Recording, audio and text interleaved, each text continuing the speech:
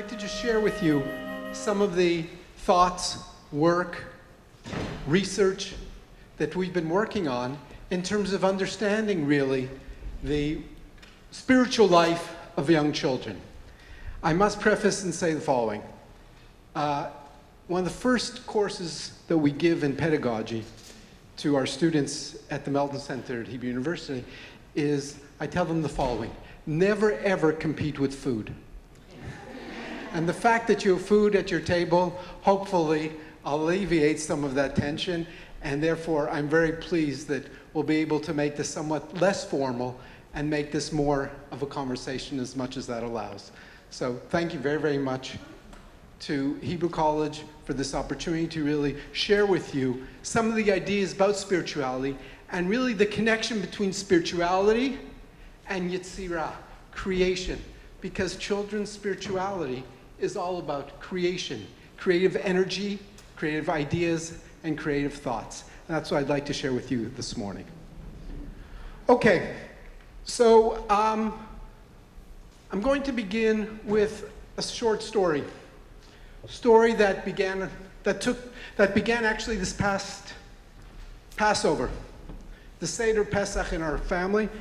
And my oldest grandson, Itai, who's 4 years old, and like in many other places around the world in the Seder, one of the toughest negotiation positions over the Afikoman. And my grandson, Itai, drives a very hard bargain. I'm going to buy stocks in the company that he launches. Anyway, so we're having this Masao Matan, this negotiation. What does he want? He wants a dog. Great. I look at his mother, and the look on her face convinced me that that wasn't something that the family was going to support. Anyway, after a long and tedious negotiation, we come to a compromise. What does Itai agree to? He wants a gerbil. Not bad. Started off with a dog, went to a rabbit, and we landed up with a gerbil. Anyway, day after Pesach, we go to the local pet store. And this is something I've been living in Israel close to 40 years. Never knew this. Do you know what the busiest day at pet stores is in Israel? The day after Passover, absolutely. So we wait in line patiently, and Itai looks around and he sees the gerbil that he wants. And gerbil doesn't just come on its own. A gerbil comes with the whole equipment, and obviously the shopkeeper knows that this is the busiest day of the year. He also knows that I'm a grandfather who will pay whatever it is, and he takes full advantage of that opportunity like any entrepreneurial salesman. Anyway, take the gerbil. Itai takes it home and gives it a name, Oogie. Very original name. And Oogie, over the months, is growing, developing, etc. And next scene is August, not 2014. Itai's father, my son Yair, is called into the army, into Gaza, for the protective edge. And he was in Gaza. Yair was in Gaza for over 3.5 weeks. Very, very difficult experience for everyone. And I would say that Itai was especially difficult for him. Anyway, at the end of the war, my son and his family, they decide to take a short vacation. And Itai comes to his grandfather and he says, Sabi, I trust you. Bad assumption on Itai's. He says, I want you to take care of Oogie. So I said, what choice do I have? And he says, En lecha breira. You don't have a choice. This is it. So we take over care for Oogie. And as you can well imagine, by Murphy's Law, yes, the dreadful day comes. They're away on vacation. Friday afternoon, they're calling to say Shabbat Shalom. And first one on the phone is Itai. Sabi, so how's Oogie? I stammer, I stutter, and I say, well, what do you really mean? He said, how is Oogie? So somehow I break the news to Itai that Oogie has been taken away from us and has gone somewhere else to heaven. Total silence. Then Itai asks me the following. Sabi, how come Oogie died? So I start going on. Oh, he was old. Itai says, no, Sabi, we bought him, if you remember, in Pesach, and then he was young.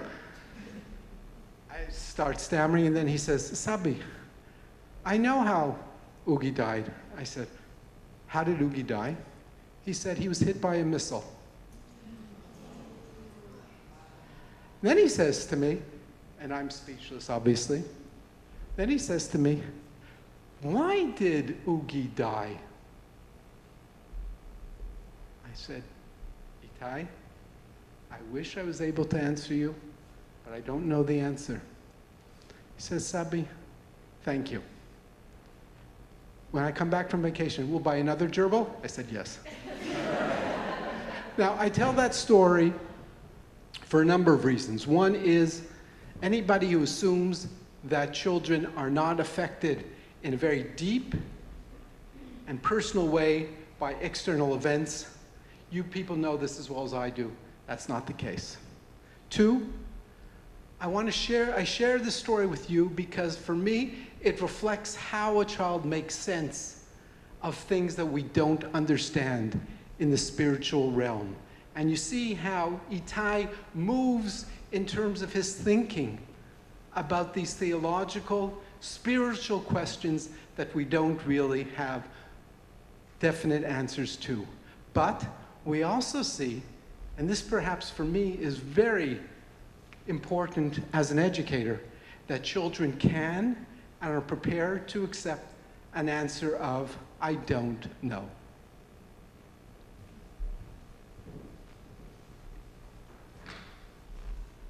Okay, so we're going to start here with, very quickly, we'll talk about definitions. What is spirituality?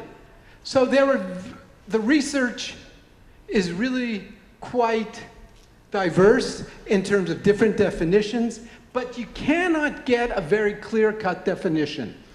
One that I particularly like is the one by Anne Truesdell. Spirituality is the capacity in human beings for wonderment, for interest in the nature and origin of things, and for considering how one is related to others, to oneself and to the world around us. In other words, it's trying to explore the mysteries that we don't understand. It's trying to wonder, it's trying to ponder, it's trying to understand the magic of life. Sometimes very disappointing, sometimes painful, but that's what spirituality is all about. And there is obviously a difference between spirituality and theology. Theology is related to religion. I'm going to use the term of spirituality beyond just the religious, because I believe that for our children, for our parents, and for our teachers, spirituality is a more inclusive type of term. Rabbi Hugo Gryn wrote the following, and I find this metaphor particularly helpful for me. He writes, spirituality is like a bird. If you hold it too tightly, it chokes. If you hold it too loosely, it flies away. Fundamental to spirituality is the absence of force. I think that's a beautiful, very articulate, lovely idea about how sensitive it is. When we try to touch spirituality and when we try and discuss spirituality with adults and with children, we have to be very careful. We have to be very sensitive because it touches nerves that are very important to our being. This is part of our identity. And therefore, I believe that when we discuss spirituality, we have to understand what we're talking about. And I'm going to mention here something else from the research which I find very interesting. Robert Coles wrote this very important book, The Spiritual Life of Children. He wrote this in the 90s. And Coles there really focuses on the question of what does God look like? What does God say? But Coles, who did some really outstanding work, only touched the surface of theology and spirituality. Today, most of the research is not focusing on how does God look, but rather questions of why.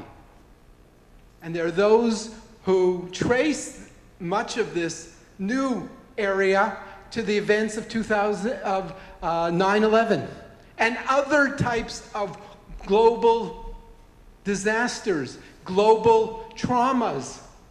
Why? That's what's troubling children today. That's what children are engaged with. And children are asking these questions. They're asking them in the home in terms of when they see certain types of smachot, joyous occasions, the birth of a sibling. How did this come about? Or the death of a gerbil in the home. Those raise different types of spiritual questions. The early childhood centers, the precious and critical work that you people are doing, that we're all involved with in terms of early childhood centers. When we tell a story, this raises questions. When we have conversations with children, this raises spiritual questions. I highly recommend for anybody who's interested the outstanding work of Vivian Paley. Vivian Paley, who one of her main contributions was that she audio taped children's conversations in the playground, not in the formal settings. And what Paley records there is what powerful questions, what are the essence of the conversations that children are engaged with in their childhood, in the early childhood settings. The world of technology. The web introduces children to new worlds. It takes them to faraway places. It helps them go on a journey. Much of that raises spirituality and spiritual questions. Nature. Nature. I encourage you, as you probably do already, know the importance of exposing children to the world of nature. The beauty of nature, the blooming of flowers. I've been blessed to come to this country, to this particular city, during one of the most beautiful times of the year, Halavai Aleinu, in Israel, that we should have the beauty of the colors that you can share and that children experience here. That's nature.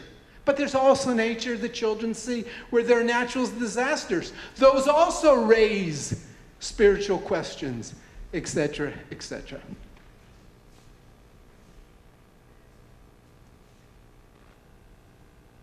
Okay, why should we address questions? Well, first and foremost, it's part of normal and healthy development. We know from a variety of studies that have been done that normal, healthy children ask spiritual questions. They are curious. They want to know what is going on in the world around them. 2, it provides them with a sense of security. Why?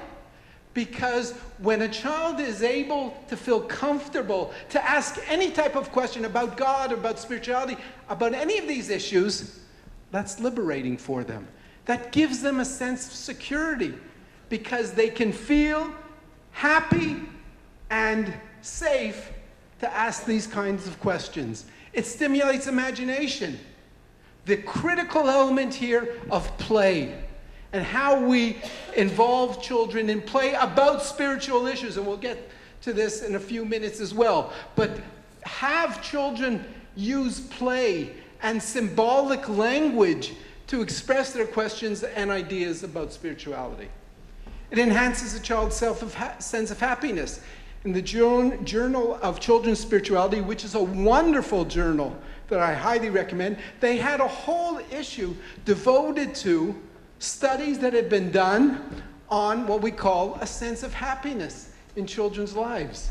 And lo and behold, they discovered that children who are opened up to different types of spiritual questions, they express a higher level of happiness than those who keep these questions to themselves. And finally, it's an essential part of Jewish life. Jewish philosophy, Jewish life, Jewish practice has always been rich in areas of spirituality. And why shouldn't we expose these ideas, questions, practices, mitzvot? Why shouldn't we share that with young children? Because we have a lot to gain from this experience. Okay, so now, children's spiritual questions. These are some that we've collected over the past couple of years. And I could go on, and there are many, many more. Why are my eyes blue? What are you going to answer? Pardon? God gave you blue eyes. Okay, God gave us blue eyes. Why did God give me blue eyes and not green eyes? Okay, that could work. It could be that your parents have. All of these are, I believe, legitimate and relevant responses. But it's coming from a place of curiosity and wonder. Where did the goldfish go after he died? The same place that Oogie went after I mistreated him. What did we do with the goldfish? Oh, we bought another one. There's a wonderful book that I highly recommend on research in terms of, it's called actually, Where Did the Goldfish Go After He Died? Or Why Did He Flush Down the Toilet? Anyway, but there are research where they ask children, how do you understand what happens to the pet after he or she dies? Who made the sun? Why do leaves fall off trees? Why were children killed in the hurricane? The reason why I chose some of these is for the range of different types of questions. You have here questions which are individual questions about my life. You have here questions which are part of what we call theodicy, in terms of why do bad things happen to good people. You have here questions of creation. You have here questions of nature. But that's the beauty of this, is that it encompasses such a wide range of different kinds of questions. Now, to make this a little bit more interactive, think for 30 seconds of a question, spiritual question, that a young child has asked you.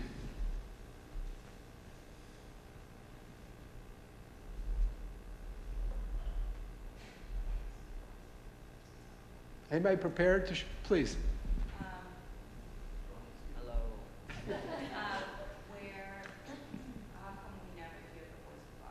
How come we never hear the voice of God? Wonderful. Yes? How does Eliyahu Hanavi visit every family on Pesach? Excellent. That, by the way, I told in this other session that I gave yesterday, there's a wonderful book. That's one side of it. The other side of it is The Tooth Fairy. If you want a wonderful book by Jason Alexander, Dad, Are You the Tooth Fairy? Highly recommend it. Yes? Is God a boy or a girl? Absolutely. What do you answer? What do you think? That's what I do also. It didn't satisfy Itai, but hopefully. Anybody else? Yes? Did everything in the Torah really happen? Excellent. The veracity of history. That's a wonderful question. Is truth only historical truth? Do fairy tales have to be true? Do you know this story, that true story from what I understand, a couple of years, about 10 or 12 years ago, there was a country in, I think it was Iceland actually. No, it was in the Czech Republic. Czech Republic, every year they would receive mountains of letters. Santa Claus, the North Pole. Mountains of letters. They decided, what do you do with those letters? Return to sender. Now, what happens when a child who wrote this letter receives the letter back, return to sender, address unknown. This is a fascinating question. But that's part of what we're talking about here. Last question. Anybody else, please? Excuse me? Excellent. Is God in the block area with me? Very powerful question about God's presence in my life. Is he or she around to help me, to save me, to protect me? These are all wonderful questions.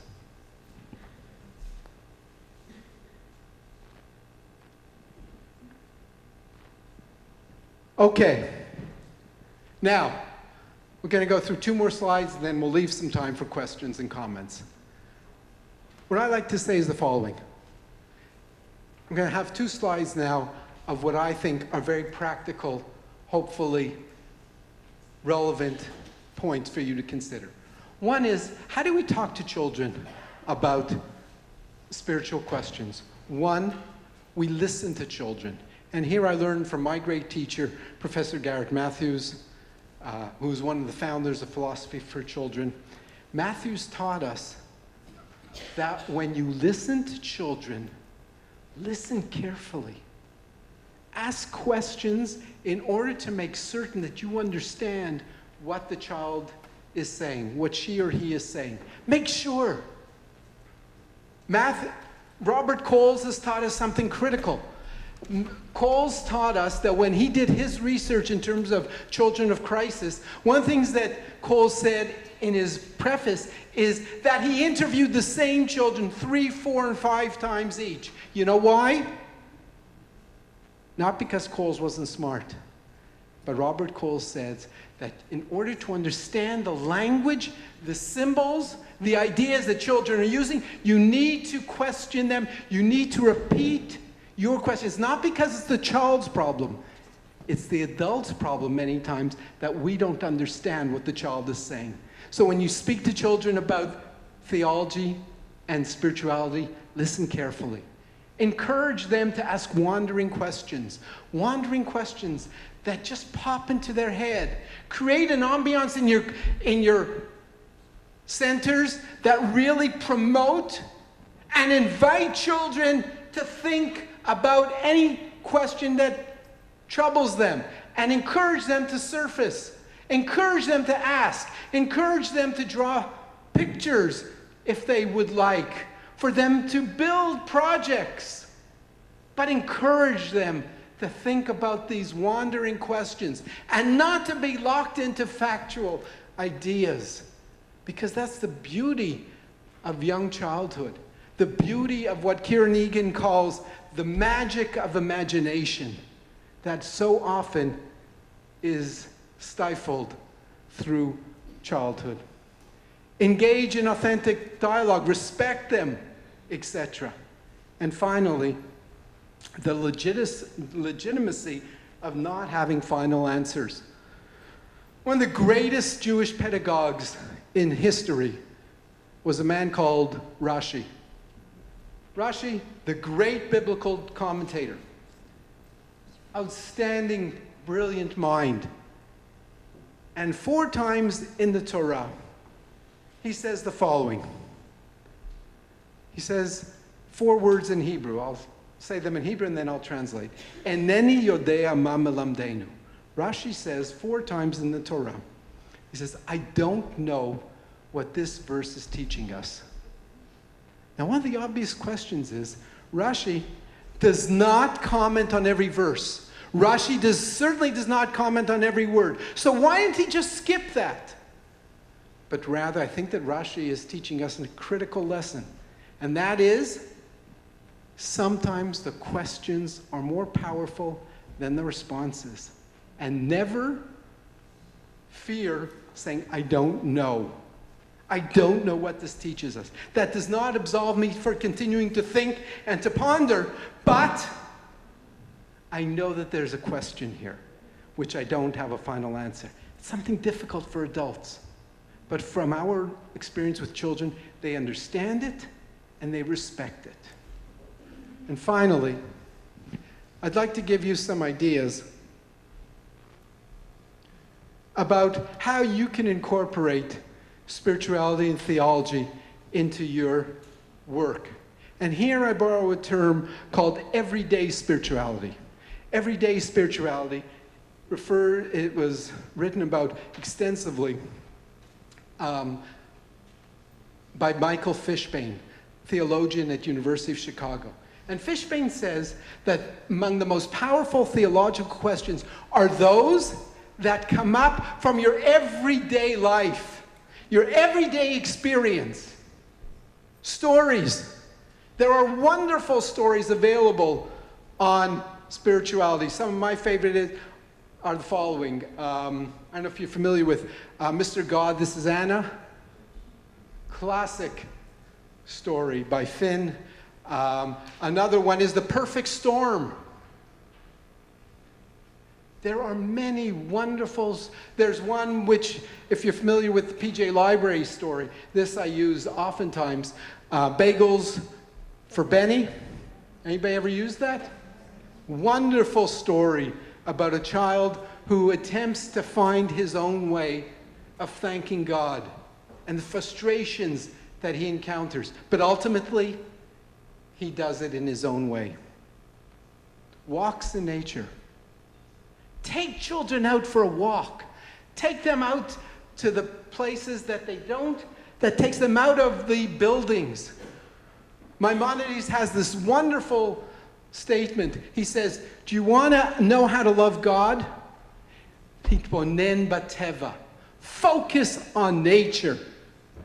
One of the things that we've learned in terms of children today is the difficulty of teaching them to stare, to focus, because the world of technology, with all of its wonderful benefits, doesn't allow you to stare, doesn't allow you as easily to focus. Take a child out and let them look at a flower, the beauty of a flower, of animals, etc. Take them out. Help them explore. Dramatic play. This is something that I learned took place at the Tufts University Lab School, which is interesting on its own.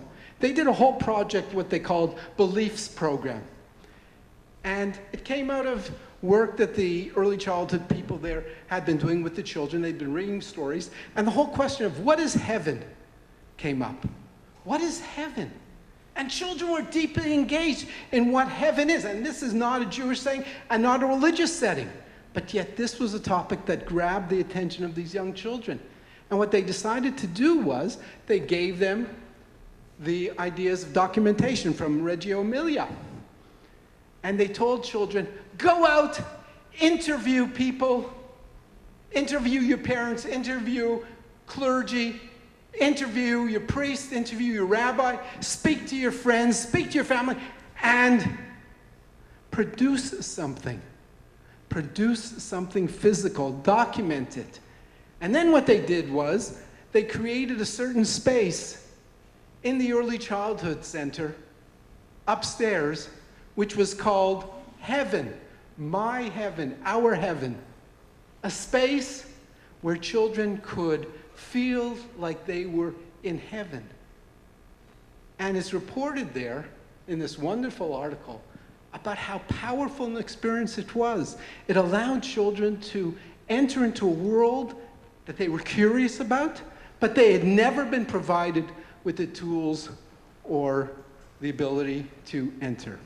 And finally, ritual.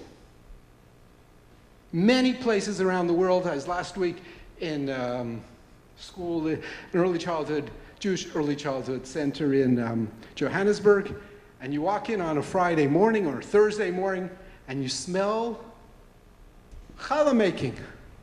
Wonderful. It's a ritual. That's one.